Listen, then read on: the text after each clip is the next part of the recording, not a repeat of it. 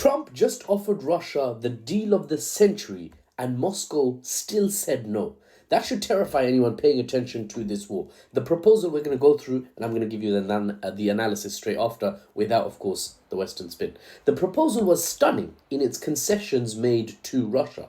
Crimea officially recognized as Russian territory. Nearly all of the occupied areas of Luhansk, Donetsk, Kherson, and Zaporizhia handed over, de facto control of under Russia. Ukraine banned from NATO forever. Sanctions lifted completely on Russia. Russia gets to keep, or at least pull power from, the Zaporizhia nuclear power plant, while America operates it, and part of the energy is given to Ukraine as well. This isn't just compromise, it's capitulation to Putin's core demands. For those blindly supporting Ukraine, this represents America's dramatic shift towards the Russian position and all-out abandonment at this point of the Ukrainian position. But for anyone understanding the actual battlefield dynamics on the ground, Trump's proposal makes complete geopolitical sense. I'll explain. Russia has been systematically grinding through Ukrainian defenses for months. You won't hear this on the BBC, so buckle up. Every week brings new territorial gains. Every month sees Ukraine's position weaken even further. Far from the BBC, far from the Sky reporting 2 years ago that Russian soldiers are taking computer chips from washing machines and fighting with shovels. Bro, I don't know what kind of high-tech shovels these guys are using, but they're doing a decent job, right? Now, Russia didn't win like they said they would in 3 days, right, in their special military operation. I know Russia hasn't won completely. It's not a decisive victory. I get that. But understanding geopolitics demands you go beyond the news with the Western spin on it and analyze the facts and the dynamics on the ground, which is what we're doing. Because after all of America's concessions, this is the important part, on Ukraine's behalf, obviously, because America's the great power that was using Ukraine as a proxy, spoiler alert, if you didn't hear that before, that's the reality. But after all of America's concessions, Vladimir Putin of the Russian Federation rejected even that generous offer. So what's going on? Why? Because Russia believes it's winning so decisively that it can demand even more. It doesn't have to stop here. It can go for more. Moscow wants full, for example, international recognition of all the occupied southern oblasts as legitimate Russian territory, the DLZK front, as I call it, the Donetsk, Luhansk, Zaporizhia, Kherson front. Not just de facto control. So America said basically, we acknowledge you control it, you get to keep control of it. We'll speak to Ukraine, we'll speak to our boy. Russia's like, no, I want the whole world to call these oblasts for new oblasts for Russia. Right? Reprint your maps, bruv. That's basically like the Russian demand. Right? Not just de facto control, full international recognition. They're not demanding Ukraine's complete surrender, though. It has to be said. Okay, let's temper it. Let's calm it down.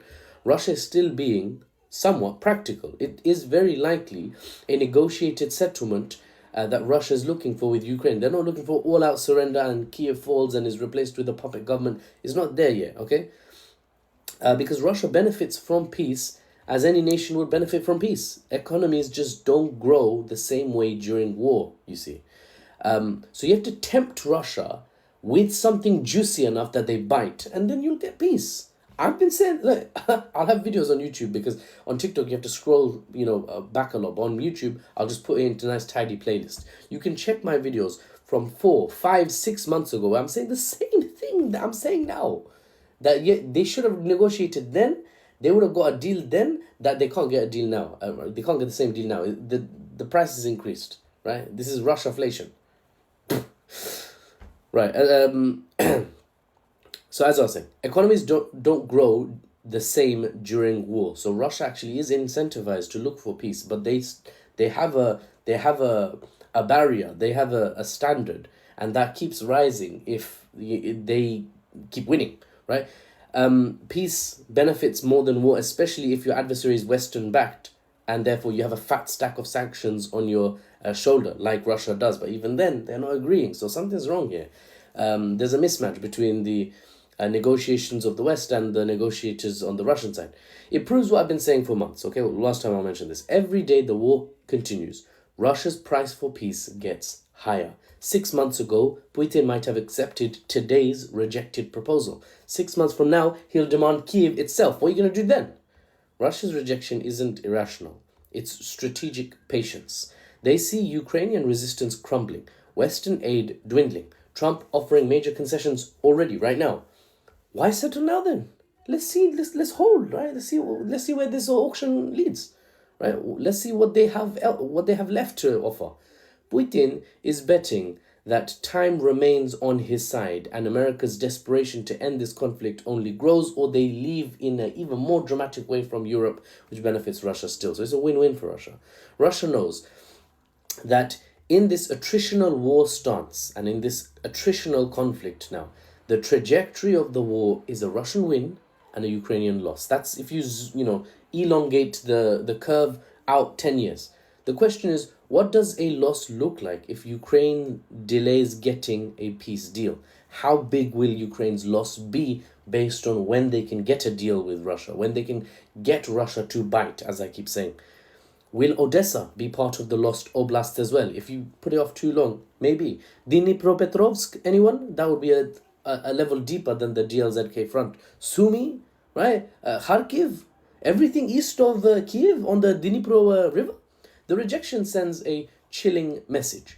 Russia believes total victory is possible if things are drawn out. And so the demands they make for peace, they feel, can afford to be so high. And it's increasing day by day. For the unbiased news and analysis without the Western spin, I'm Mahfouz, and I'll see you on the next one.